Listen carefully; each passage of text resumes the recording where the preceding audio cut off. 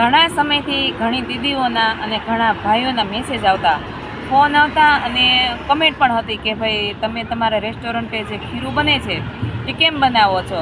તો આજે મને એમ થયું કે તમને જવાબ દેવા બધાને પોસિબલ નથી, એટલે મને એમ થયું કે એના માટે એક મસ્ત મજાનો વિડીયો બનાવી નાખું. આજે હું મારા રેસ્ટોરન્ટે આવી છું. રંગોલી ચોકડે મારું રેસ્ટોરન્ટ છે, તો એકવાર વિઝિટ કરવા આવજો. અને વિઝિટ કરવા આવો તો સાંજવાળો પણ મારા રેસ્ટોરન્ટે જ કરતા જજો. બેટર બનાવવા માટે આપણે 500 ગ્રામ છે એ રવો લઈ લીધો પરફેક્ટ માપ સાથે, અને એની સાથે બેસન કેટલું જાય એ પણ તમને માપ સાથે જ હું બતાવીશ આજે. વાત કરવામાં આવે ને તો આપણે 900 ગ્રામ પાણી લેવાનું છે 500 ગ્રામ રવા સાથે, અને હવે બેસનનું માપ છે બેસન. તો બેસનનું માપ આપણે લેવાનું છે 500 રવા સાથે 150 ગ્રામ, અને પાણીનું માપ છે 900 ગ્રામ. તો આ પરફેક્ટ માપ સાથે આપણું બેટર છે એ રેડી થવાનું છે. અને બેસન કયો લેવો તો ઉત્તમ કંપનીનો સુપર બેસન આવે ને એ લેવાનું છે, અને રવામાં પણ ઉત્તમનો જ આવે છે એ જ લેવાનો. તો મસ્ત મજાના પેપર બને જ છે. હવે આપણે આ જે પાણીનું મેજર માપ છે એની અંદર જ લઈ લઈશું મીઠું. મીઠું સ્વાદ અનુસાર લેવાનું છે, એને સાહેબ.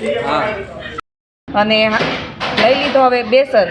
અને આ મારો આ સાહિર જ બનાવે છે, જે પેપરનો ઉસ્તાદ કહેવાય, બાદશાહ છે મારા રેસ્ટોરન્ટનો. અને મસ્ત મજાનું પહેલાં આ જે આપણે બેસન છે એને મિક્સ કરી લેવાનું, જેથી કરીને ગાંઠા ન પડે ને એના માટે.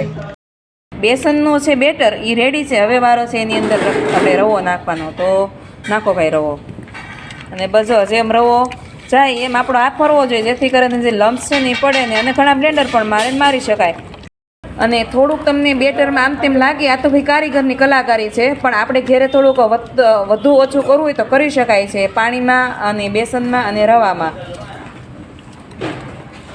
ફાઇનલી જે આપણું બેટર છે એકદમ મસ્ત મજાનું થઈ ગયું છે, રેડી. જો આ રીતનું બેટર રાખ્યું છે, પણ તમને ફાવે ને એવું તમે રાખી શકાય છે. અને પાણી વધતું ઓછું કરી શકાય, આપણને ફાવવું જોઈએ બસ. અને આ જ બેટરથી આપણે પેપર મારવાના છે, તો તમને ખ્યાલ આવશે કે સાચું છે કે ખોટું છે.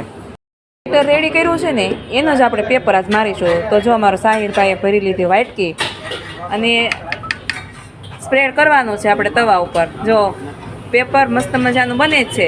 તો તમે પણ આ માપ સાથે બનાવી શકો છો. આમાં નરમ કડક કોઈ પણ પેપર બનાવી શકો છો તમે.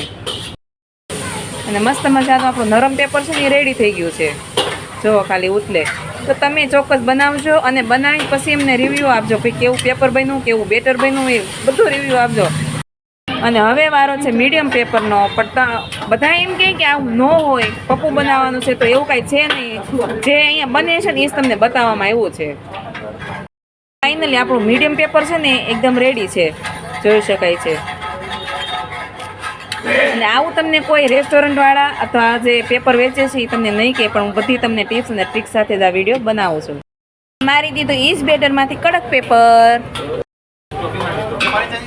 તો જોઈ શકાય છે આપણું કડક પેપર, જે આપણું બેટરનું માપ સાથે બનાવ્યું છે ને એ જ. અને આ કેપ તો તમે પણ બનાવી અને બગડાટી ઘેરે બોલાવજો.